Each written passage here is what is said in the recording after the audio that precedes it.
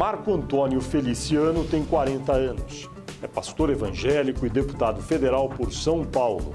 Filiado ao PSC, o Partido Social Cristão, foi eleito em 2013 presidente da Comissão de Direitos Humanos e Minorias da Câmara dos Deputados. Formado em teologia, Marco Feliciano é autor de livros e músicas relacionadas à religião. Em 2008, na Assembleia de Deus, fundou o seu próprio ministério, chamado Catedral do Avivamento. Em 2010, disputou a eleição para deputado federal por São Paulo, seu primeiro cargo público.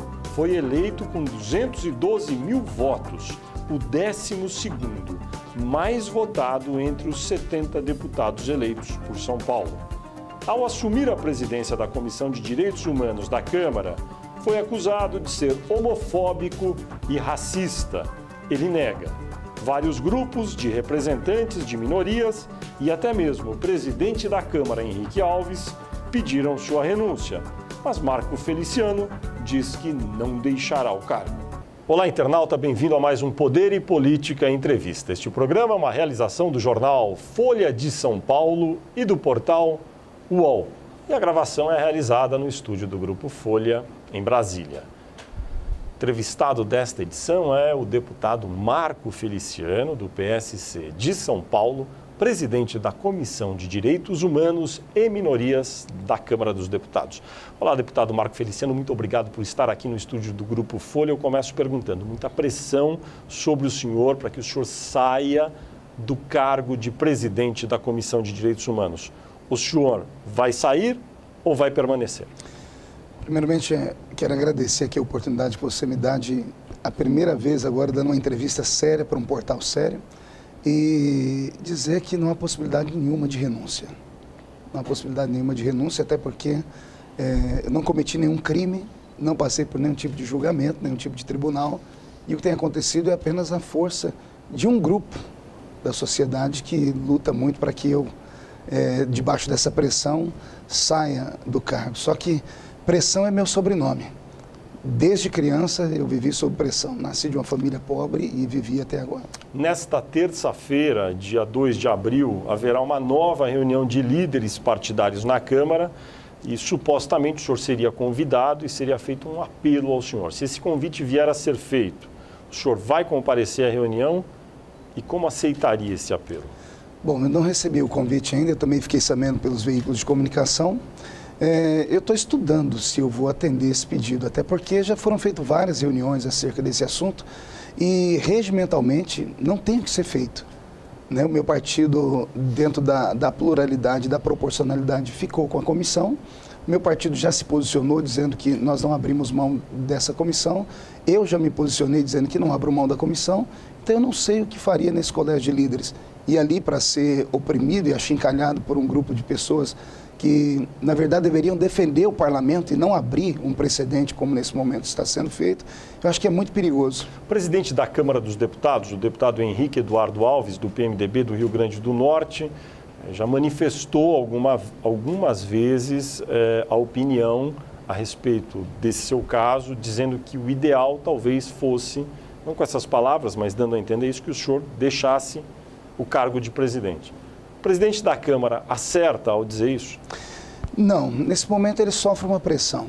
Todos nós sabemos que o nosso presidente, o deputado Henrique Alves, ele chegou à presidência também debaixo de muita pressão, debaixo de muita luta.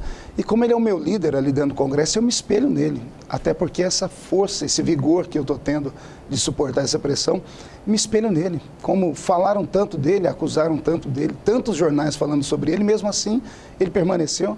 Então eu quero ter a mesma chance que ele teve, de permanecer e provar que eu posso fazer um bom trabalho. Ele não deveria ter manifestado a opinião que manifestou, na sua opinião? Eu não posso dizer isso porque a manifestação de pensamento é um artigo da Constituição Federal e todos têm que ter o direito. Isso é até muito importante a gente falar sobre isso, porque eu só estou sendo punido pela minha liberdade de expressão que está sendo tolhida nesse momento. E isso não é democracia, isso é ditadura. Por falar em liberdade de expressão, várias personalidades da sociedade civil brasileira se manifestaram, muitos artistas contrários à sua permanência como presidente da Comissão de Direitos Humanos. Vou citar alguns aqui: Caetano Veloso, Fernanda Montenegro, Maite Proença, Wagner Moura, artistas. O senhor, olhando esses artistas que falaram contra a sua permanência, se pegou pensando, talvez, às vezes, esse daí eu era até fã desse artista? O senhor era fã de algum deles? Sou fã de todos eles. Inclusive, eu sou cinéfilo, amo filmes e gosto da atuação deles, inclusive da forma como eles se expressam diante da sociedade. O que eles fizeram nesse momento, esse depoimento deles, foi um depoimento levado por tudo aquilo que eles ouviram falar. Nenhum deles me conhece. Nenhum deles sentou comigo como você está fazendo para me ouvir. Nenhum deles conhece meu histórico de vida. E eu não me perturbei muito com isso, até porque eles não me representam. Eles vivem em um mundo paralelo ao mundo cristão, ao mundo evangélico. O mundo evangélico nosso é um mundo muito nosso, é um mundo diferente. Nós não somos pautados pela mídia, nós não somos pautados por artistas, até porque os artistas têm o seu estilo de vida, são progressistas por natureza. Acho que uma das máximas do artista é que para ser um ator você tem que esquecer o seu sexo, porque o ator ele encarna um personagem, sendo ele homem ou mulher. Então, nesse momento, acho que pela pressão, por eles terem lido tanto, por terem ouvido falar tanto, eu me tornei uma figura pública da noite para o dia, então foram levados pelo vento. Me dei um tempo para trabalhar e você vai ver que as coisas vão mudar. O próprio Caetano, essa semana, lá em Salvador, na folha mais lida de Salvador, no jornal, esqueci o nome, falou sobre isso, porque coincidentemente, a última quarta-feira, a audiência pública que eu realizei, debaixo de protesto, debaixo de luta, era uma audiência pública feita em prol da cidade onde a mãe do Caetano, a dona Caú, que foi uma das maiores brasileiras do Brasil, é a matriarca da cidade, onde 1000 pessoas morreram por causa de contaminação do chumbo. E o próprio Caetano, parece que agora ele deu uma amenizada. Ele até falou, não concordo com o presidente, mas se a Comissão de Direitos Humanos fizer alguma coisa, vou ser o primeiro a ficar de pé e aplaudir.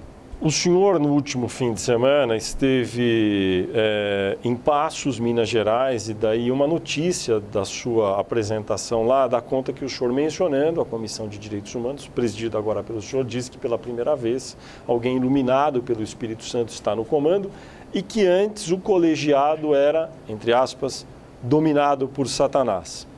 O senhor se referia aos ex-presidentes da comissão? Bom, veja só, eu não disse isso. Tenho gravado a mensagem que eu preguei lá. As pessoas tendem nesse momento a me ridicularizar por ser um cristão atuante, por ser um protestante fervoroso. Eu não disse isso em momento nenhum. Disse sim que eu sou um homem inspirado pelo Espírito Santo e eu creio nisso. Disse que aquela comissão ela era regrada por pessoas que tinham um pensamento muito contrário à família brasileira. Você sabia que no ano passado, se não me falha a memória, no mês de julho, outubro, a Comissão de Direitos Humanos ela patrocinou um seminário chamado Diversidade Sexual na Primeira Infância. O nome pesa para quem compreende um pouco. Primeira infância de 0 a 6 anos. E eu tentei ali assistir, porque fui hostilizado pelo grupo GLBT que ali estava, ao ouvir uma mulher do MEC, outra pessoa do Conselho de Psicologia Federal, pessoas de autarquias reconhecidas do Brasil, dizerem que criança não nasce homem nem mulher, nasce gênero. Como não nasce homem nem mulher, não se pode tolir o direito da criança quando pequenininha, curiosa, querendo tocar no órgão genital da outra, não se pode impedir. Porque se você impedir uma criança de fazer isso, ela pode crescer com complexos e pode ser irreversível. E a mulher que estava falando isso termina dizendo assim, sorrindo, deixe as nossas crianças brincarem e se descobrirem. Tem vídeo sobre isso. Então a Comissão de Direitos Humanos foi usada por isso e nesse momento eu me levantei contra isso naquele tempo e me tornei então como se fosse o inimigo número 1 do movimento que agora me persegue. Mas uma criança, um bebê, deve ser proibido de tocar num outro bebê nesse caso? Veja só, a criança está aprendendo. Se sexo é uma orientação, então vamos cuidar. Não se pode extrapolar os limites e fazer uma criança descobrir antes do tempo aquilo que deve ser descoberto. Sexo não é brincadeira. E criança, eu aprendi isso com a minha mãe. E aprendi isso lendo a Bíblia. Ensina o menino no caminho que deve andar e quando ele crescer, ele nunca vai se desviar dele. Então, tem tempo para tudo. E com criança de 0 a 6 anos não tem que ouvir essas coisas e nem aprender essas coisas. Cabe ao pai e à mãe a educação do seu filho. O senhor é fundador da Catedral do Avivamento. poderia explicar como que é o funcionamento da igreja, quando ela foi criada, o tamanho, o número de fiéis, onde ela se encontra? Nossa igreja é uma igreja pequena. O nome da minha igreja, na verdade, é Igreja Evangélica Assembleia de Deus de Orlândia, porque é a cidade onde eu nasci e fundei a igreja lá. Nosso ministério tem pouco mais de 4 anos. Nós temos cerca de 14 ou 15 congregações. A maior congregação que temos, ela comporta 800 pessoas sentadas, e a menor, ela comporta 10, 15 pessoas sentadas. Então é um ministério novo, é uma igreja pequena. Somando todas as igrejas, nós não temos mais do que 1000 pessoas, porque é um ministério novo. É uma igreja sempre no estado de São Paulo? Sempre no estado de São Paulo, com exceção de uma igreja que nós temos no Rio Grande do Sul, na cidade de Gravataí, e uma outra na cidade de Sacramento, Minas Gerais, que é bem próximo à divisa de São Paulo. A de Gravataí já era uma igreja que existia e o pastor pediu cobertura espiritual para nós e nós fundimos o ministério. O correto é dizer que é um ministério dentro do âmbito da Assembleia de Deus, exatamente. É isso? A Assembleia de Deus é uma igreja muito grande. Nós temos a Convenção Geral das Assembleias de Deus e nós temos as convenções estaduais. Eu pertenço à Confradesp, que é a confraternização das Assembleias de Deus do Estado de São Paulo, e pertenço à CGADB, que é a Convenção Geral das Assembleias de Deus. Meu pastor presidente, o líder denominacional, é o pastor José Wellington Bezerra da Costa. A Folha de São Paulo publicou uma reportagem na qual indica que 5 pastores da sua igreja recebem por trabalhos que deveriam prestar para o senhor, na Câmara dos Deputados, porém trabalham apenas na igreja. Como o senhor responde a isso? Muito confortável essa pergunta e até essa, entre aspas, acusação. Nossas igrejas funcionam à noite. À noite, depois que o horário de expediente normal de trabalho já terminou. Nós temos 2 ou 3 cultos à noite por igreja. E o meu eleitorado é um eleitorado fiel. Eu tive 211.855 votos segmentados do movimento evangélico. Nada mais justo do que eu ter assessores, pastores, para lidar com as demandas do povo evangélico. Nossas igrejas, e esses pastores, inclusive, todos eles estão aptos para trabalhar na parte de recuperação de droga-dependentes. Nós internamos esses últimos 4 anos mais de 100 meninos. Desses, mais de 30 foram recuperados e voltaram para a sociedade e estão hoje com a família. Então, nós temos um trabalho social muito grande. As igrejas funcionam à noite, pastor não é profissão, pastor é vocação, e isso não impede que eles sejam meus assessores. Então, o senhor está dizendo que eles, durante o dia, trabalham para o senhor, para auxiliá-lo no seu mandato, e à noite como pastores na igreja, é isso? Exatamente. O cargo pastoral tem uma palavra que eu sempre esqueço ela quando eu vou falar, é voluntariado. A igreja, ela é movida por pessoas que de bom grado vão e prestam seu serviço à igreja. Isso por uma vocação divina. Quero falar sobre a arrecadação de dinheiro no âmbito de várias religiões, inclusive na sua. Na internet há vídeos disponíveis de várias religiões, já inclusive com o senhor, recolhendo contribuições em dinheiro dos fiéis. Tem um caso que é até uma motocicleta que é doada. Minha pergunta, há, às vezes, exagero na coleta do dízimo em algumas religiões? Olha, eu posso falar pela minha. A Assembleia de Deus é uma igreja muito equilibrada, principalmente na parte de oferta e ofertório. Por isso é talvez a igreja mais respeitada do Brasil no movimento evangélico e principalmente pentecostal. Não há na nossa igreja nenhuma mácula acerca de ofertório, porque nós não hostilizamos a pessoa e nem afrontamos ela. O termo usado em alguns programas de TV contra mim, em alguns jornais, sobre mercantilização da fé, chega a ser cruel. Por quê? Porque é uma acusação infundada. Nós pedimos às pessoas, como todas as religiões fazem, todas as igrejas precisam do apoio dos seus fiéis para se manter, para pagar o aluguel, para pagar. As minhas igrejas nós temos ar-condicionado, então você dá à pessoa uma espécie de conforto e nós precisamos manter isso. E como é que nós mantemos isso?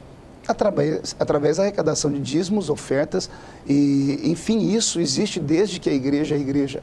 Todas as igrejas, a maioria delas fazem isso. O problema é que quando se colocaram na internet uns vídeos, as pessoas fazem montagem, são maldosas. Aquele vídeo que aparece, foi por isso que eu me tornei... do cartão de crédito. Eu me tornei um vilão. Naquele evento, por exemplo... Só para recapitular, é um vídeo no qual o senhor menciona que tem um cartão de crédito à mão, mas diz que o fiel que entregou o cartão, porém não a senha. Pois bem, agora veja só, o vídeo foi editado, eu estava fazendo um ofertório ali para o maior congresso missionário do Brasil e um dos maiores do mundo, que é o Congresso dos Gideões Missionários da Última Hora. Gideões Missionários da Última Hora sustentam hoje, fora do Brasil, mais de 1.200 famílias de missionários. Como a Igreja Católica fazia no princípio, mandando os jesuítas, essa comunidade evangélica envia missionários para países onde o evangelho não cresceu tanto. Então essa entidade sustenta esses missionários. E esses missionários têm filhos, eles precisam comer, beber, morar, cuidar de saúde. Essa entidade também cuida de 30 mil crianças no norte e nordeste do Brasil, onde dão estudo, onde dão comida a essas crianças. Mas o caso específico do cartão? Então, foi nesse evento, aquela oferta estava sendo levantada para isso. E como era muita gente, nós tínhamos ali cerca de 30, 40 mil pessoas, eu recebi o cartão e chamei a pessoa pelo nome que a pessoa deu o cartão. Por 3 vezes eu chamei ela para devolver o cartão. Não, como a pessoa não vinha, eu brinquei. A gente faz isso. Eu tenho uma veia humorística também. Nós não somos só centrados e fechados, nós temos humor. E eu brinquei, eu falei assim, não adianta dar o cartão sem a senha, porque aí não funciona. Foi apenas isso que eu disse. Foi uma brincadeira, um momento de descontração. Eu tenho um vídeo do garoto do cartão que veio e me procurou, porque ele se viu na internet, na televisão, e me deu um depoimento. Se você quiser, depois posso mandar ele dizendo do que aconteceu na vida dele depois daquilo. Então, isso foi uma mera especulação, foi de uma baixeza sem tamanho, as pessoas tentarem expor alguém ao ridículo por causa disso. Que é o seu relacionamento com líderes evangélicos de outras religiões? Por exemplo, vou citar alguns muito conhecidos: Edir Macedo, da Igreja Universal, Silas Malafaia, que é Assembleia de Deus também, Valdemiro Santiago, da Igreja Mundial do Poder de Deus. O senhor se relaciona com eles, os conhece e o que acha deles? Veja só, eu conheço eles pela internet, conheci o apóstolo Valdomiro quando ele esteve aqui em Brasília, no plenário, conversamos alguns minutos, e para minha alegria ele disse que os obreiros dele, os pastores, assistem os meus DVDs. O pastor Silas Malafaia é um grande líder assembleiano, é também um pastor muito polêmico. Nós já tivemos pregando em alguns eventos juntos, tivemos algumas divergências teológicas, mas é um homem que me respeita e eu respeito muito. Bispo Macedo é um grande líder, é um líder de um movimento neopentecostal. Também temos divergências teológicas, mas em Cristo mais são as coisas que nos unem do que nos separam. Mas eu não tenho convivência com eles. O senhor falou que o Edir Macedo é líder de um movimento neopentecostal. No caso da sua igreja, especificamente do seu ministério, o senhor classificaria como neopentecostal? Não, nós somos pentecostais. Pentecostais. Pentecostais. Tá certo. Igreja Católica. O senhor tem algum relacionamento com algum líder da Igreja Católica e o que acha da ação da Igreja Católica? Veja só, eu tenho, nesses últimos anos como deputado, ou nesses últimos 2 anos, eu conheci algumas pessoas do movimento da Igreja Católica. Inclusive, na última audiência pública, tinha um padre, um polonês, que é aqui de Brasília, tem uma paróquia muito bonita aqui, e ele é um ferrenho lutador contra o aborto. E como eu me tornei aqui também alguém que defende a vida, que é contra o aborto, fizemos um pacto, uma aliança. Tenho alguns contatos com algumas pessoas da CNBB, mas com os grandes líderes do movimento católico não tive contato, até porque quase não tem tempo, né? Acredito que nesse momento todos eles me conhecem, até porque o que eu sofro hoje de perseguição dado ao movimento LGBT, a Igreja Católica sofre isso no mundo todo. Inclusive o novo Papa Francisco, na Argentina, quase foi linchado por esse grupo. Então nós temos algumas coisas que eu acredito que nos fazem pensar iguais. O novo Papa da Igreja Católica, o Papa Francisco, agradou ao senhor? Veja só, ele não é o meu líder, é um líder de uma grande igreja. O pensamento dele comunga com o meu. Então, nesse quesito, eu fiquei feliz por termos ali um Papa que ainda é bem ortodoxo, que é conservador e que prima por aquilo que eu acredito também, que a família ela é a base da sociedade. Aliás, a família é antes da sociedade, a família é antes do Estado. Então, nós não podemos destruir a família. Se você destruir a família, você destrói a sociedade, destrói o Estado. Isso já aconteceu em outras civilizações. Então existe uma proteção. É preciso ter o contraponto e o contraditório.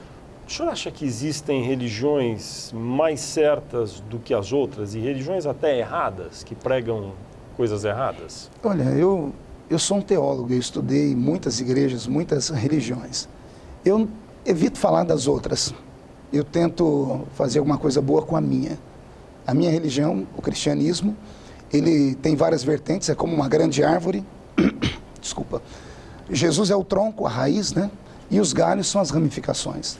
Na fritada dos ovos, todos falam da mesma coisa.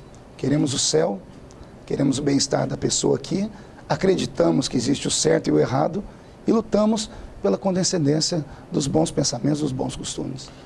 Islamismo. O islamismo é uma religião muito forte, né? E é uma religião, nesse momento eu até penso que nós do Ocidente precisamos pensar um pouquinho mais acerca deles. Você nunca vai ver ninguém fazer com alguém do Islã que estão fazendo comigo. E olha que o Islã, eles têm uma condenação sobre o ato, por exemplo, da homossexualidade ferrenha. Eles tratam a ferro e fogo, inclusive punem com a morte. É correto? Não, jamais. A vida é um dom. Só quem deu foi Deus e quem pode tirar é Deus. O Islã, nesse caso, erra, na sua opinião? Erra porque ferem o ser humano. Mas, voltando aí naquele pensamento, você nunca vai ver ninguém se levantar contra o Islã. O movimento LGBT jamais vai bater de frente com o Islã, porque sabe que o Islã, eles, embora sejam crentes na sua fé, eles defendem com a mesma arma que aqueles que os condenam. Se for preciso, eles vão para as vias de fato. Coisa que um cristão jamais vai fazer. Coisa que nós, crentes... As pessoas perguntaram, você está sozinho nessa luta? Não, não estou. Eu tenho pelo menos 50 milhões de evangélicos orando por mim. A arma do crente é essa, ele ora. Ele fala com Deus e não parte para a briga, nem para o grito, nem para a histeria. Judaísmo. A religião cristã tem os seus fundamentos no judaísmo. O princípio da religião cristã, inclusive antes de Paulo, né, aparecer no cenário contemporâneo da igreja, o cristianismo fundado e liderado por Pedro era um cristianismo judaico, um judaísmo cristão. Foi Paulo que veio com essa vertente e desvinculou de fato o cristianismo do judaísmo. Mas nós temos o judaísmo e o cristianismo têm a mesma base, o mesmo profeta principal, que é Abraão, né? Então nós temos muita similaridade, o respeito ao judaísmo. Tem algum aspecto do judaísmo, como o senhor mencionou no caso do Islã, que o senhor acredita que não seja o mais correto? Não, no judaísmo eu vejo muita similaridade com o cristianismo e respeito muito. Um pouco de política.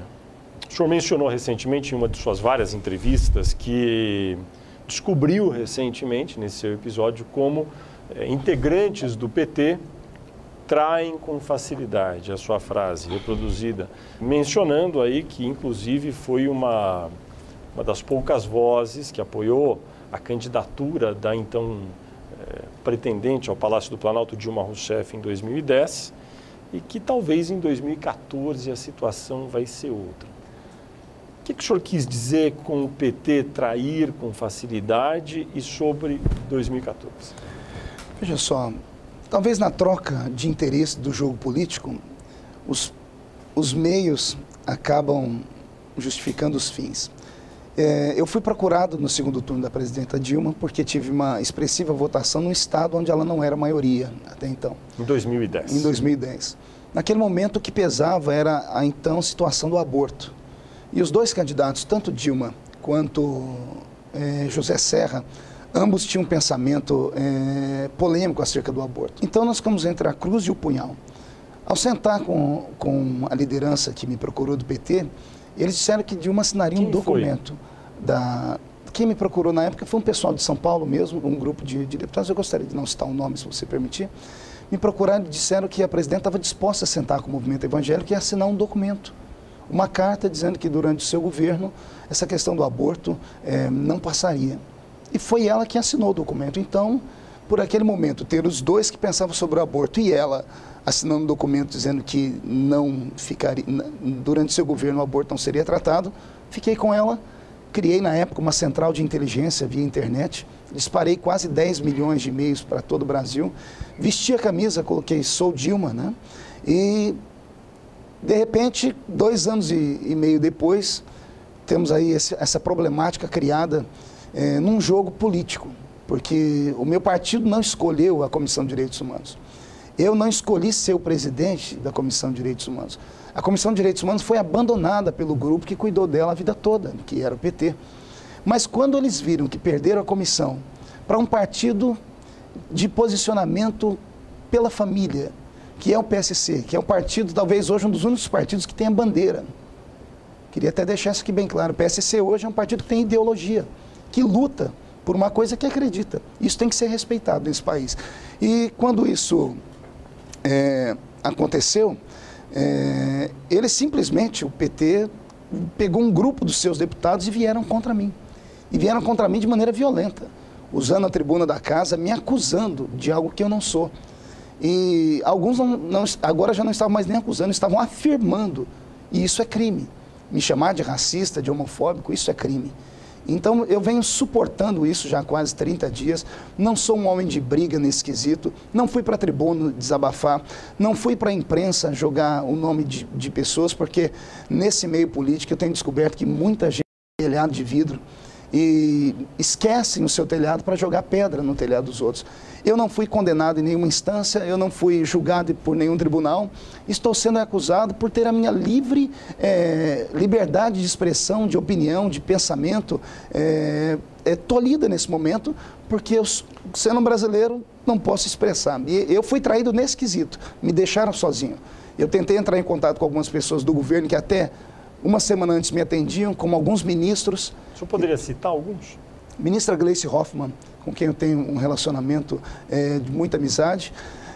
Logo que aconteceu isso, minhas audiências foram desmarcadas, enviei um e-mail à ministra.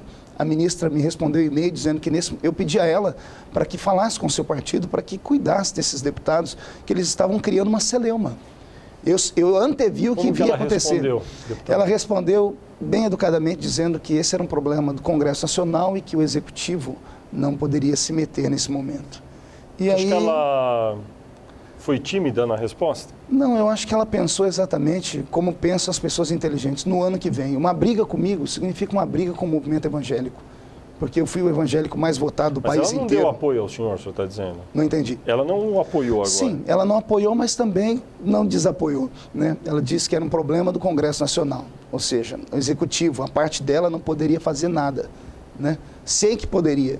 Então, nesses quesitos todos, eu me senti traído, sim. Me senti traído. Deixa eu entender.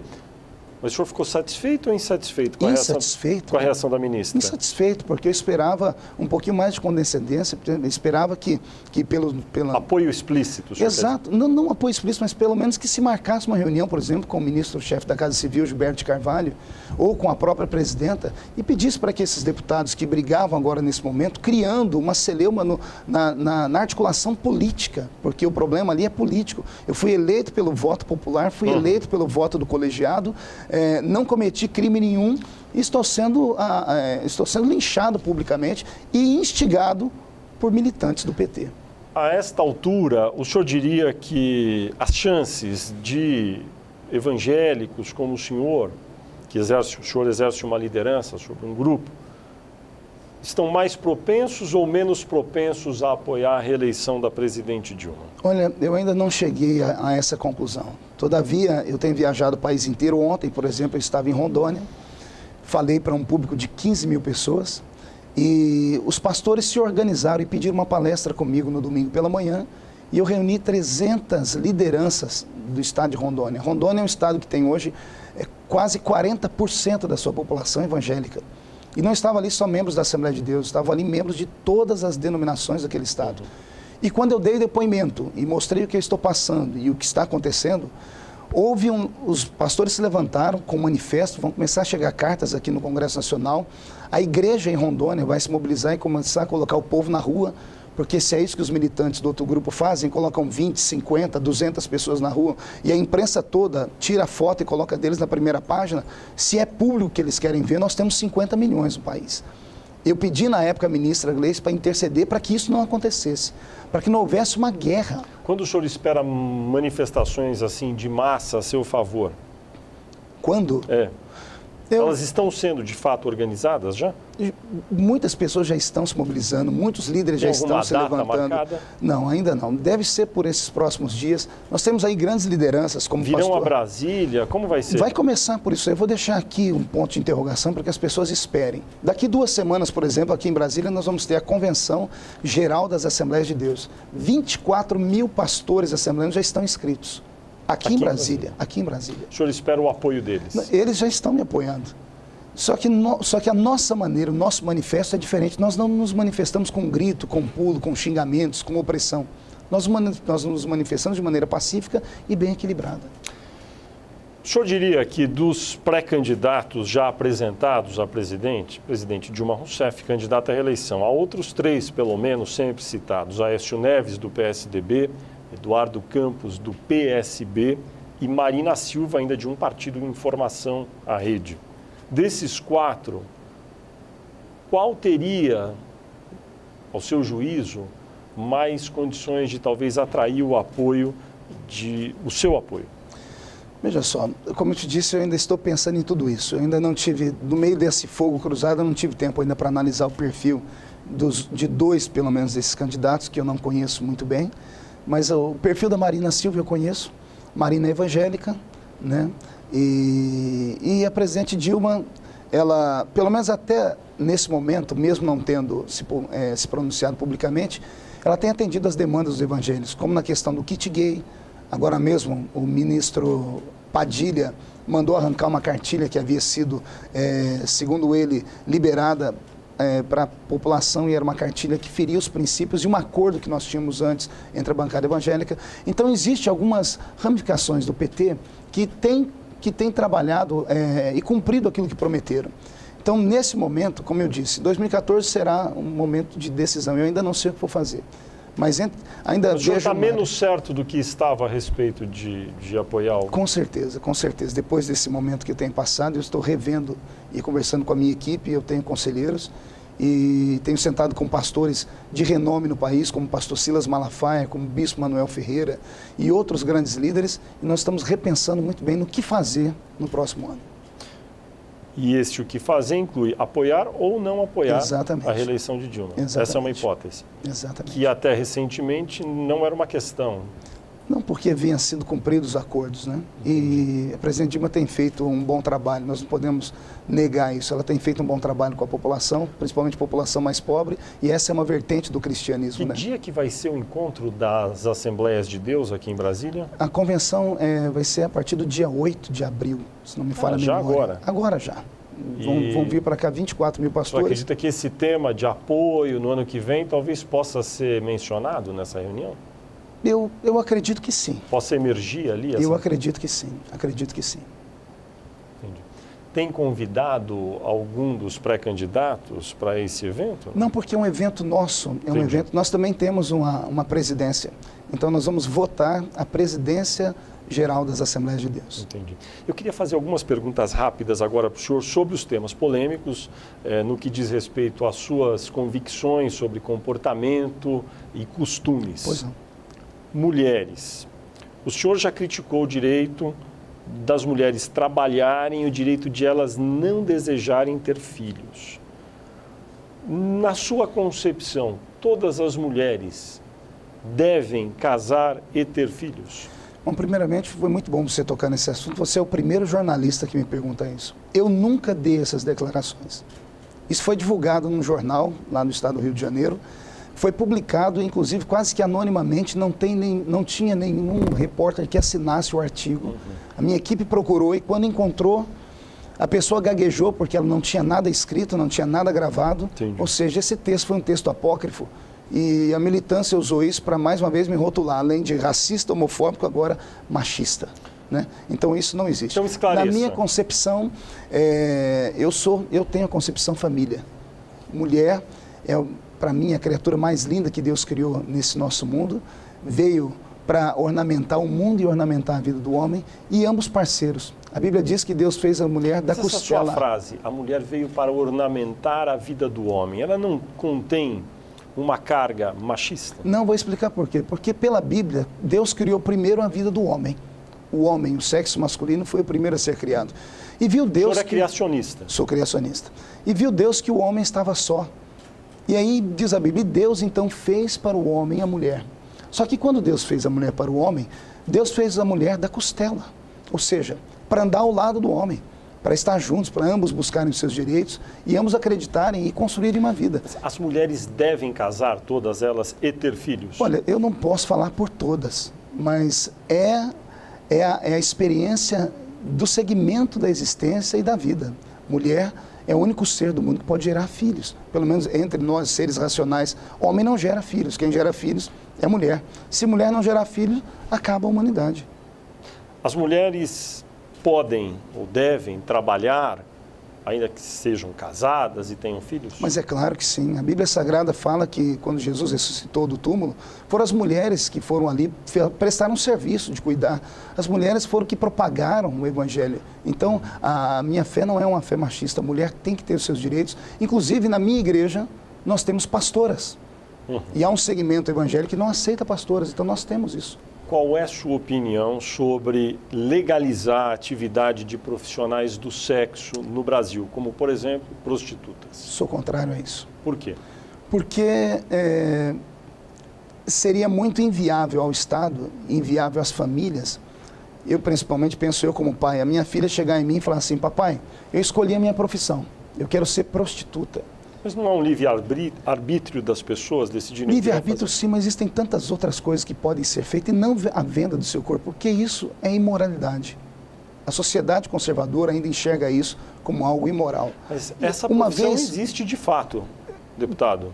O que fazer com ela? Não é uma profissão ela não aceita, vai acabar. Ela é ilegal. Sim, mas legalizá-la, dar a bênção do Estado sobre isso, seria chamar o nosso Estado à anarquia. E eu não aceito isso, esse é o meu pensamento, é a minha expressão. Imagine você legalizar uma casa de prostituição. Hoje nós já temos um problema grave com o tráfico. Elas já existem, deputado. Sim, mas quantas pessoas hoje já sofrem com o tráfico de mulheres, com tráfico de sexo, que envolvem isso, crianças de 12, 13 anos que são envolvidas nisso.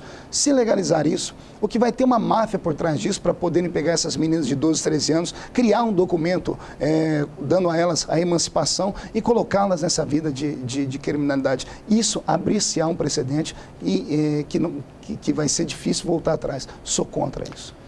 Recentemente, a Organização dos Médicos soltou um documento dizendo-se favorável a dar à mulher o direito de decidir sobre manter ou não uma gravidez até a 12ª semana de gestação, permitir livremente o aborto. Isso é uma opinião de médicos no Brasil.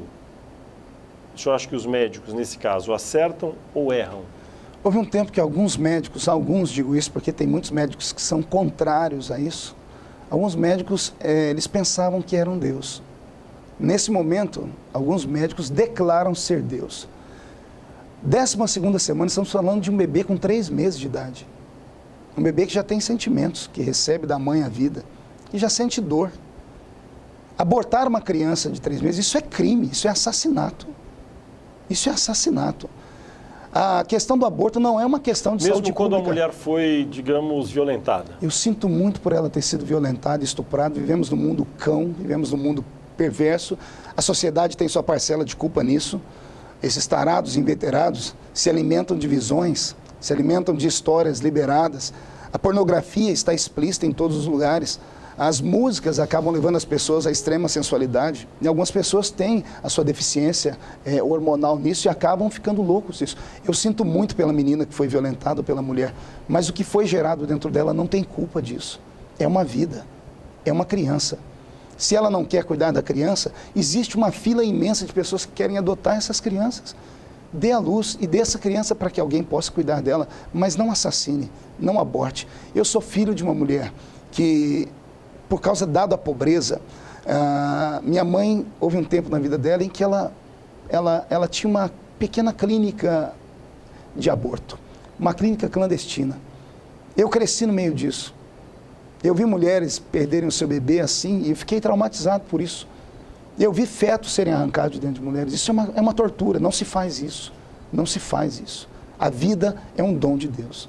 Só Deus dá e só Deus tira. racismo. Uma das principais acusações contra o senhor é de que o senhor seria racista, por conta, sobretudo, de uma frase que o senhor escreveu no microblog Twitter, que eu repito aqui entre aspas: africanos descendem de ancestral amaldiçoado por Noé. Ponto. Isso é fato. Fecham aspas. Como o senhor explicaria essa frase? Eu expliquei que o fato é que os africanos descendem de um filho de Noé que havia recebido uma maldição patriarcal. Esse é o fato. Não tem como fugir disso. Você me permite ler? Eu trouxe até aqui, sabia que você ia me perguntar isso. O grande Castro Alves, um dos maiores poetas abolicionistas do Brasil, levantou uma problemática em seu poema. Olha o que ele diz no poema Vozes da África. Foi depois do dilúvio, um viadante, negro, sombrio, pálido, arquejante, descia do Arará. E eu disse ao peregrino fulminado, Cão, que é o filho de Noé, serás meu esposo bem-amado, serei tua Eloá. Desde este dia, o vento da desgraça, por meus cabelos ululando, passa o anátema cruel. As tribos erram do areal nas vagas e a nômada faminto conta as plagas no rápido corcel. Vi a ciência desertar do Egito, vi meu povo seguir, judeu maldito, trilho da perdição. Depois vi minha prole desgraçada pelas garras da Europa arrebatada, amestrado falcão. Um abolicionista cita o que eu citei. Um filho de Noé que desce aqui do dilúvio e que tem a pele da sua cor, a cor da sua pele negra, e que corre sobre ele algumas desgraças em forma de maldição. E nem por isso ele é racista. Mas veja só, as circunstâncias e as conjunturas vão mudando conforme a sociedade vai evoluindo. Recentemente houve, inclusive, uma polêmica sobre livros de Monteiro Lobato. O senhor deve ter acompanhado se eram ou não eram racistas, as histórias do sítio do Pica-Pau Amarelo. Para nós isso é uma coisa horrível. Conforme vão evoluindo os povos, as sociedades, os conceitos, também as interpretações mudam. Nesse caso específico, ao citar essa frase, que aos olhos de outros pode ter conteúdo racista, o senhor deveria ter um cuidado talvez maior ao citá-la para não permitir que ela ficasse fora do contexto? Eu jamais pensei que isso aconteceria, até porque eu estava falando no Twitter, e um homem que fala 140 caracteres não pode ser medido só por ele. Para ser racista você tem que ter um histórico. Mas hoje, se fosse hoje, como o senhor escreveria isso hoje? Escreveria da mesma forma, só que imploraria para as pessoas, a frase não termina aqui. Cortaria umas 3, 4 palavrinhas e assim, continua. E continuaria escrevendo embaixo, porque da outra vez eu estava citando pensamentos filosóficos, citei várias vertentes, incluindo essa. O senhor seria mais cuidadoso, então? Terminei dizendo que toda maldição foi quebrada na cruz de Cristo, ou seja, não há mais maldição nenhuma. Eu apenas citei que toda maldição podia ser quebrada na cruz de Cristo. Mas a maldade está nos olhos de quem vê, Fernando.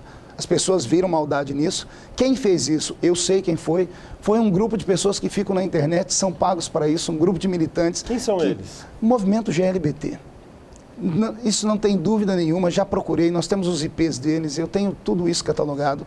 Eles pegam tudo que eu falo... Fez uma investigação sobre quem são? Tudo que eu falo, eles pensam e jogam de maneira a me denegrir. Essas pessoas, o senhor pretende buscar alguma reparação na justiça? Olha, eu poderia fazer, mas eu não sei se vale a pena, porque eles acabaram empesteando o país inteiro com esse pensamento. Acabaram sendo maldosos. Semana passada... Quem acabou empesteando? O grupo, esse movimento GLBT. Procure aí nas ruas, nas fotos das pessoas, dos movimentos que são contra o racista aqui, entre aspas. Vê se você encontra esse pessoal, só o movimento GLBT.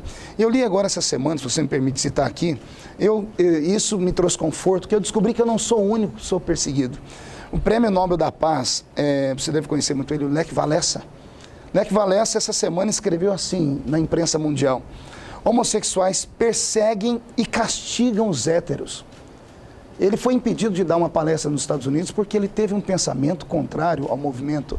Pergunte à sua colega de profissão, a Raquel, aquela menina do SBT, a Raquel Sherazade, o que aconteceu com ela quando ela se posicionou sobre a democracia. Ela não falou sobre o pastor, ela falou sobre a democracia, estão caçando ela.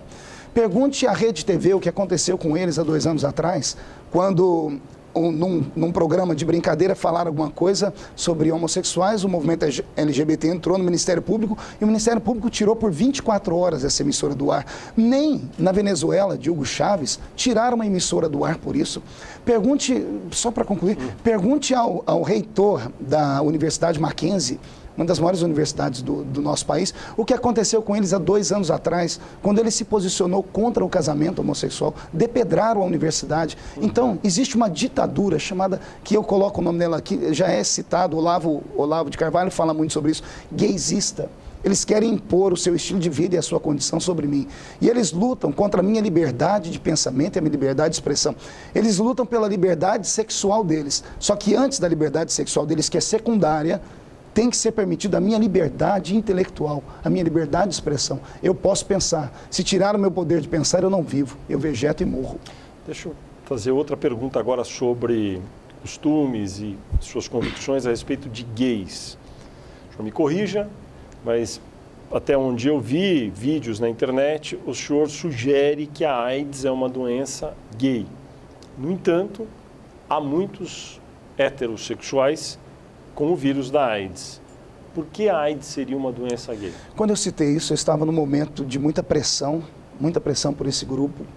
Eles acabam destruindo a paz de qualquer ser humano. Eles perseguem a minha família, perseguem minhas filhas, eu tenho crianças. E naquele momento eu falava sobre o porquê as pessoas não falam mais de AIDS no Brasil. Ora, a AIDS desapareceu, Fernando? A AIDS não desapareceu. Pegue a última declaração do ministro Padilha sobre a AIDS, ele vai dizer: a AIDS cresceu no país nos últimos 2 anos em 50%. Desses 50%, o grupo que mais corre risco e mete medo no Ministério da Saúde é o grupo de homossexuais. Eles ainda são o grupo de risco mais perigoso e que acabam passando esse vírus com mais facilidade.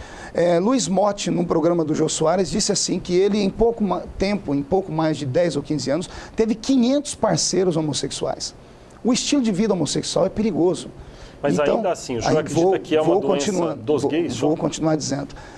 A princípio, quando ela chegou no nosso pensamento, no nosso Brasil, no Ocidente, veio como sendo, e não fui eu que coloquei esse título. Procure na internet, vocês vão encontrar. A AIDS era uma doença gay. Sabemos que hoje o grupo aumentou. Não é apenas os gays que propagam a AIDS. Nós temos aí o problema com drogas, os usuários de drogas, etc. Então foi um momento de descuido, foi no talvez? Momento, isso. Eu falei ali no fervor do momento, eu estava emocionado, pode pegar as palavras, o vídeo você vai ver sobre isso. E eu estava tentando dar uma declaração, dizendo que esse movimento, eles se protegem tanto que ninguém pode falar nada e ninguém mais fala de AIDS no país. Porque quando fala de AIDS, lembra de homossexuais. Deixa eu fazer uma pergunta, deputado. O senhor é um líder religioso e um líder tem responsabilidade Sim. sobre o que fala. Todos têm, mas o senhor não é que fala para tantas pessoas. No caso da frase no Twitter, talvez pudesse ter colocado aquela observação, continua. No caso agora da AIDS, doença dos gays, talvez pudesse ter sido um pouco mais comedido ao falar. O senhor não se excede com muita frequência? Veja só, são 2 assuntos, foram em 2 momentos, o assunto dos gays e o assunto, entre aspas, aí do racismo. Algumas dessas declarações eu dei há anos atrás. O senhor não daria mais essas declarações dessa forma? Hoje pensaria de outra forma para falar, porque hoje eu começo a entender o que é a vida pública. Eu nunca havia sido nem vereador, né? Eu tive essa expressão de votos aí, e as pessoas que votaram em mim, votaram porque sabem que eu sou contundente nos meus posicionamentos e corajoso. Hoje usaria outros tipos de palavras, talvez falaria as mesmas verdades de outra forma. Existem várias maneiras de dizer uma verdade, né? Seria um pouquinho mais cuidadoso. O senhor acha que os gays, um homossexual, é alguém que padece de alguma patologia? Bueno, se eu falar patologia, amanhã eu vou ser crucificado de novo, que vamos falar de doença. Não, a homossexualidade, não posso falar mais homossexualismo, né? Eu posso falar heterossexualismo, mas não posso falar homossexualismo. A homossexualidade, ela não é uma patologia. Todavia, Como a senhora classifica essa opção sexual? Eu a vejo ela como um fenômeno comportamental. É um fenômeno de comportamento que até alguns anos atrás era tratado à luz da psicologia, e a psicologia estava indo, avançando. Eu conheço muitas pessoas que eram e não são mais. são casados, têm filhos. O senhor acredita em pessoas que são, que têm a opção homossexual, que são homossexuais e que deixam de ser?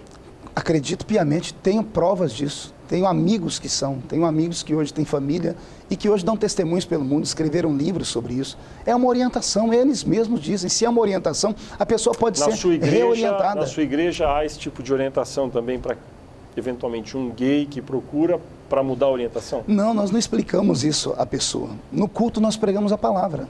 A própria palavra se incumbe de libertar. Jesus disse assim, ó, conhecereis a verdade e a verdade vos libertará. Tem casos na sua igreja de ex-gays? Muitos, muitos. Muitos quantos? Muitos. Eu não seria difícil falar que a minha igreja, que você fala, Assembleia de Deus, nome de congresso. E a sua em particular? A minha igreja é uma igreja com 5 anos. Nós temos pessoas que frequentam, né? Tem pessoas que chegam na igreja, nós não sabemos se ela é gay ou não. Ninguém chega aqui com a plaquinha dizendo assim, eu sou gay. Tem uns que são estereotipados, mas tem uns que não são. Então, eu não sei te dizer ao certo. O senhor presenciou já alguma, enfim, conversão desse tipo? Muitas, muitas. Muitas, muitas, muitas. Inclusive, eu ministro pelo Brasil inteiro e alguns deles hoje são palestrantes, têm família formada, sempre estão em programas de televisão, inclusive. Então, o senhor acha que esse tipo de abordagem não o classificaria como homofóbico? Como alguns acham que o senhor é... De maneira nenhuma. Vamos falar o que é homofobia. Homofobia, ao pé da letra, seria medo do homem, ou medo do homem que tem uma opção sexual diferente. E esse medo se tornaria uma patologia, porque ele seria tão agressivo que levaria ao ódio. E o ódio ao crime de assassinar um gay. Eu não sou homofóbico. Eu sou um líder religioso, creio na Bíblia Sagrada. O meu livro de cabeceira, o livro que me regra, o livro que mudou minha vida é a Bíblia. E a Bíblia Sagrada é contrária à prática homossexual. Então, é o meu direito pensar assim. Agora, veja só, você falou sobre um assunto que, se você me dá um minutinho, uma pessoa hétero que está com uma crise de identidade sexual. A pessoa cansou de namorar uma mulher, um homem cansou de namorar uma mulher e ele está com um problema psicológico, ele vai ao Conselho de Psicologia Federal ou a um psicólogo e diz, olha, eu queria me reorientar, eu não sei, de repente eu passei a ter uma paixão por pessoas do mesmo sexo. O psicólogo está amparado pela lei do Conselho de Psicologia Federal para cuidar da pessoa. Se houver alguém no sentido contrário, um homossexual, ele cansou desse estilo de vida, de repente ele viu que não dá certo, ele quer se reorientar, ele procurar um psicólogo e falar assim, olha, eu sou homossexual, mas eu quero voltar, eu quero que você me ajude a voltar como eu era antes quando eu nasci. Eu gostava de mulher ou eu gostava de homem, eu quero que você me ajude a reorientar. Sabe o que o psicólogo vai dizer para ele? Por favor, saia do meu consultório agora, porque se alguém souber disso, eu vou ser cassado pelo Conselho de Psicologia Federal. É uma desproporcionalidade. Você pode para um lado, mas não pode para o outro. O movimento GLBT se levanta com uma doutrinação nacional. Eles se levantam nesse nosso país com uma ditadura gay, e eles forçam as pessoas a pensar o que eles querem. Veja agora, por exemplo, as manifestações contra mim sobre os artistas. Começaram a dar beijo na boca, não foi? Vários artistas fizeram isso. Você viu algum artista masculino dar um beijo na boca de um outro artista masculino? Não tem. Por quê? Porque eles sabem que isso vai chocar a população, porque um beijo feminino talvez choque menos, é mais ou menos. Você acha isso que nunca vai haver aí nessas manifestações 2 atores homens se beijando? Não disse nunca. Eu disse que até agora... Eles vão evitar. Até agora não aconteceu. Porque eles sabem que quando colocar 2 homens se beijando na boca, na televisão, isso vai ferir uma população que é ainda conservadora. 2 mulheres ferem menos. Ferem menos. Ferem menos aos olhos. Gostaria de saber, por causa disso, é uma coisa que não é normal. Eu estava lendo agora um blog de um pastor muito conceituado, já é um vovô, e ele dizia semana passada, eu estava no shopping, dizendo ele, e na praça de alimentação, estava com os meus netos, 3 ou 4 criancinhas, família, praça de alimentação, domingo, shopping, e do lado deles sentou 2 homens homossexuais, eles começaram a se beijar. Não se atendo apenas ao beijo, começaram a se tocar. As famílias que estavam perto começaram a se levantar e a sair de perto deles. Ele, como é uma pessoa esclarecida, conhecedor da lei, chamou o segurança e disse ao segurança assim, aquilo ali é um atentado ao pudor, eles estão se tocando de maneira sexual na frente de todo mundo, você não vai fazer nada? O segurança disse para ele, senhor, me desculpa, se fosse um homem ou uma mulher fazendo a mesma coisa, eu poderia tomar qualquer providência, mas como são 2 homens, Se eu fizer isso ali, eles vão levantar e vão começar a gritar. E vão começar a dizer aqui que eu sou preconceituoso. E vai acontecer comigo o que aconteceu com o último guarda. Foi mandado embora e eu vou perder meu emprego. Então, por favor, perdoe, eu não posso fazer nada contra eles. É isso que o senhor chama de ditadura gay? Ditadura gay, eles impõem goela abaixo o sistema de vida deles, o estilo de vida deles. Eu não sou contra. O senhor é contra que 2 homens ou 2 mulheres em praça pública se beijem?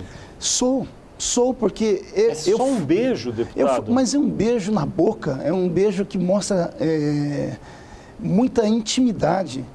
Veja um casal hétero se beijando na boca. Há 50 ou 100 anos, vários países e sociedades eram contra homem beijar mulher em praça pública. Daí evoluiu-se. Hoje é normal.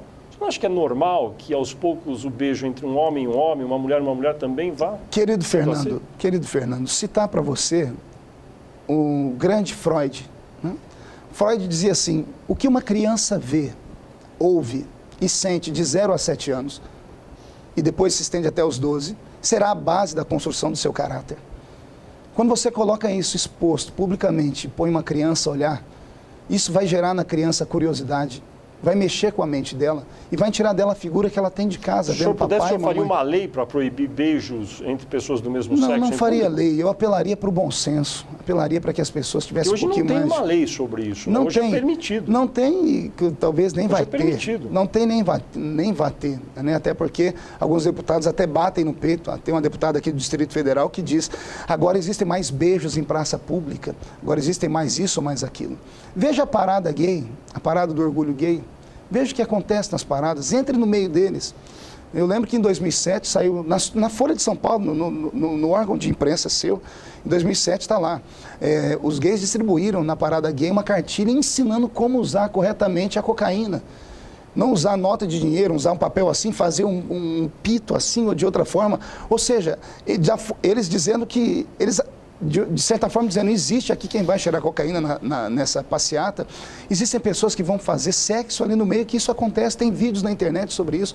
Então, o estilo de vida deles, a liberdade que eles querem, não é uma liberdade de serem, é uma liberdade sexual pública. Paradas gays existem no mundo inteiro. Sim. A chance de elas deixarem de existir é 0. Há um clima de mais liberdade sobre esse tipo de manifestação. Quando o senhor fica falando isso... Para quem que o senhor está pregando? Porque não serão banidas as paradas gays. Eu não estou falando para ser banida. Eu estou falando para que as pessoas, ao se manifestarem, pensem 2 vezes no que vão fazer. Querem brincar, brinquem. Querem cantar, cantem. Querem dançar, dancem. Mas ir para a parada gay e pegar a imagem de um santo católico e ficarem se bulinando na frente de todo mundo, isso é desrespeito, Fernando. Isso é desrespeito. Pegarem figuras públicas e malharem em praça pública, isso é desrespeito. Darem gritos e acusarem pessoas, como fazem comigo, isso é desrespeito. Virem ao Congresso Nacional e subirem em cima das cadeiras, isso é desrespeito. Então isso não é democracia. Democracia é a liberdade do contraditório. Podemos conversar, mas em alto nível. Homofobia, PL 122, projeto de lei 122. O senhor tem restrições a esse projeto? Completamente. Ele poderia ser adaptado para criminalizar atos de homofobia? Veja só. De alguma forma que seria aceitável para o senhor ou não? Esse pessoal luta tanto por esse tipo de direito que eu não sei o porquê. Já existe no Código Penal um sem número de crimes que beneficiam, inclusive, ao homossexual. Toda pessoa que é constrangida, toda pessoa que é humilhada, toda pessoa que sofre violência, já tem no Código Penal os crimes que possam penalizar. Você acha desnecessário esse tipo de Completamente, porque se for abrir esse presságio, vamos criar também a lei que criminaliza quem é contra o índio, a lei que criminaliza quem é contra o caolho, a lei que criminaliza quem é contra o careca, a lei que criminaliza quem é contra o banguelo, porque todas essas pessoas também sofrem bullying. Todas as pessoas também sofrem. Então o PL 122, do jeito que ele está, ele não passa. Já tentamos, Fernando, já tentamos conversar com as pessoas, com os relatores, para fazermos um substitutivo, mas o movimento vem de cima para baixo e grita, tem que ser aprovado do jeito que está. E do jeito que está, acabou a minha liberdade de expressão. Eu estou hoje sofrendo o PL 122 sem ser votado. O que acontece comigo agora vai acontecer com todos os pastores e padres do Brasil inteiro. O que está acontecendo comigo nas portas da minha igreja, entrando eles dentro dos cultos onde eu estou. Sobre liberdade de expressão e religião, a propósito, o Brasil é um país laico, não é? Um Estado laico, mas Órgãos públicos no Brasil, em geral, não todos, mas a maioria, ostentam ícones religiosos, em geral uma cruz. O senhor acha correto? Laicidade não significa ateísmo. Não, claro, mas ainda Laicidade significa que o Estado, ele não comanda a igreja não comanda o Estado. Quando há uma cruz, não há ícones de outras religiões, não é? Sim, exatamente. Nesse caso, não há um descompasso? Há um descompasso? Ao colocar a cruz ali, não está dizendo que o Estado é cristão, mas que a maioria daqueles que ali estão lutaram por aquilo. Os outros lutem para colocar os seus ícones. Você acha que o ideal seria o quê? O ideal para mim, eu sou cristão, eu não vou fugir à regra. Eu fico muito feliz quando começamos a ordem do dia e o presidente de pé diz sobre a proteção de Deus. E ao lado esquerdo dele tem uma Bíblia. O nosso país foi fundado ao lado de uma cruz. Se formos começar a falar desse jeito... O senhor acha que seria desejável um sincretismo maior? Vamos estender aqui o debate. Se isso for acontecer, se é para tirar a cruz de dentro dos espaços públicos... O senhor é a favor da manutenção? Sou a favor porque sou cristão. Quando eu olho para ela, eu vejo justiça e vejo piedade. Imagine se formos para tirar isso, o que nós vamos fazer com a metade dos estados brasileiros que tem nome de santo? Com as quase 5 mil cidades do Brasil que tem nomes de santo? Então, nós temos que abolir tudo isso. Ora, o cristianismo não é ofensivo. O cristianismo cuida de pessoas. Falam tanto das nossas igrejas evangélicas, falam só do dinheiro. Você já imaginou esse país sem uma igreja evangélica que cuida de drogados, que busca curar famílias que se divorciaram e coisas mais? O que aconteceria com esse país? Jesus disse que a igreja é o sal da terra e a luz do mundo. Estamos chegando no final aqui, deixa eu correr. O senhor é contra o casamento entre pessoas do mesmo sexo. Agora, no caso da união civil, que resolve problemas objetivos entre dois homens ou duas mulheres que vivem maritalmente, como, por exemplo, herança, aposentadoria. Nesse caso, o senhor tem alguma proposta para resolver? Veja só, o meu pensamento é um pensamento, acho que da maioria dos brasileiros, só que nem a maioria tem voz para falar como eu falo. Eu não sou tonto, eu não sou iletrado. É claro que a união estável, ela tem que ser vista do ponto de vista jurídico. Duas pessoas constroem um patrimônio, exato, uma morre e a outra tem que ter. Todavia, transformar isso em família é um problema, porque daqui a pouco 3 homens vão assumir... Nós estamos no aspecto básico ali, um homem e outro homem, uma mulher, outra mulher, moraram juntas, viveram maritalmente. Uma delas morre, um deles morre. Sim. A herança, o direito de herança, de aposentadoria, isso o senhor é a favor? Eu acho que é direito das pessoas. Só que eu gostaria de pensar, e falar para o pessoal homossexual, pensar um pouquinho mais além. A maioria dos homossexuais são extremamente apegados ao papai e à mamãe. Eles criarão um problema para eles mesmos. Imagine se os dois vivem juntos aqui e de repente morre um. O bem que ele deveria ter deixado para a mãe, para o pai, para o parente mais próximo, vai ficar para uma outra pessoa que conviveu com ele, mas que não é da família. Existe um monte... Isso eu tenho ouvido de homossexuais. Mas como deveria ser? Deveria continuar do jeito que está. Existem liminares para isso. Sim. Existe jurisprudência para isso. Mas o senhor é a favor de continuar havendo esse direito de herança? Esse direito não tem como ser negado. É constitucional. O problema da minha luta é que, veja só, o artigo 226, parágrafo 3 da Constituição, diz que toda união estável ela tem que ser, por lei, transformada em união civil. Uma vez transformada em união civil, se torna em família e aí vem a proteção do Estado. O problema é o que vem depois de tudo isso. O problema é que depois de união civil, eles podem querer a união religiosa. E se eu, como pastor, e o padre, como padre, não quiser fazer o casamento, nós podemos ser taxados como homofóbicos, como criminosos e parar na cadeia pelo PL 122. O problema é que depois do casamento religioso, eles podem querer, como já brigam, pela adoção de crianças. E nós sabemos, a própria psicologia diz que uma criança criada por 2 homens ou criada por 2 mulheres tem uma problemática sem tamanho. Tem um caso no Canadá de uma mulher criada por 2 mulheres... Mas há casos também que não acontecem. Sim, mas veja só, é maior o número de casos que acontecem do que os que não acontecem. No Canadá tem um caso de uma mulher criada por 2 homens, ela criou lá agora uma associação para cuidar psicologicamente das crianças que foram criadas por pessoas do mesmo sexo, porque imagina uma menina criada por 2 homens e, como eu disse aqui, o movimento homossexual, não há limites, não há muita fidelidade entre eles. Eles trocam de parceiros com muita facilidade e expõe uma criança a isso. Será que é verdade isso que o senhor está falando? Tem dados científicos Tem sobre dados isso?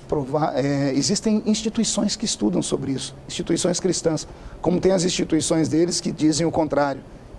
O que é fato é que isso acontece. Deputado Marco Feliciano, o senhor vai tentar se reeleger no ano que vem? Olha, eu estou pensando 2 vezes, viu? Parece que estão dizendo que o senhor vai ter muito mais votos agora do eleitorado evangélico por conta dessas suas exposições todas. O senhor acredita nisso? Olha, eu sou humilde nesse tipo de palavra e digo que se eu for candidato, o suficiente mais um para mim, já estou de bom grato e agradecerei a Deus. Se houver o que todo mundo está falando, que eu não acredito que isso aconteça, isso é mais uma fantasia, cria um ícone sem existir, né? Será muito bom para o meu partido que poderemos eleger mais pessoas que têm o nosso tipo de pensamento e a nossa formação. Quem é seu ídolo na política? Eu não tenho ídolo. Na política? O senhor admira alguém na política? Eu admiro pessoas na política. Eu admiro pensamentos. Eu admiro, por exemplo, ver Eduardo Cunha, quando na parte regimental. Eu acho Eduardo fenomenal dentro dos regimentos, conhece o trâmite da política. Acho interessantíssimo ver alguém que me bate muito, mas que para mim é um dos maiores, um dos políticos que mais discursam com segurança, que é Chico Alencar. Né? Então, nesses quesitos de tribunos, para mim são esses. Mas uma figura emblemática que marcou a minha vida desde criança sempre foi Ulisses Guimarães. Ulisses era... Por algum motivo específico? Era o cara, era um homem de um equilíbrio, de uma sabedoria, de uma sagacidade. Eu cresci ouvindo histórias de Ulisses, então gosto muito dele. Teve um festival de rock muito rumoroso, agora com muito público em São Paulo, chamado Lollapalooza. Uma das bandas, Pearl Jam, muito famosa dos Estados Unidos, elogiou a cidade porque disse que ali era possível haver união civil entre pessoas do mesmo sexo. O senhor gosta de rock, conhece essa banda, acompanha esse tipo de assunto? O que acha disso? Não conheço, eu li alguma coisa no jornal, essa palavra, que é uma palavra que chama atenção, né? Mas eu desconheço esse tipo de música. O senhor gosta de rock? Eu gosto de música, eu sou cantor. Eu sei, mas o senhor gosta de rock especificamente? Existe na comunidade cristã o white metal, né? Que é o rock branco. Então tem uma banda chamada Petra, que é uma banda americana, que eu gosto muito de ouvi-la. Né? Mas o som estridente... O rock tradicional, o senhor acha que ele é uma boa influência para a juventude? Olha, com as letras que tem, não. Se fossem letras politizadas, né, como no nosso Brasil tem muito rock politizado, né? As bandas aqui de Brasília encantaram a minha geração, inclusive. Mas o rock... O senhor gosta de alguma em particular? Não, eu acho interessante só. Eu acho só interessante.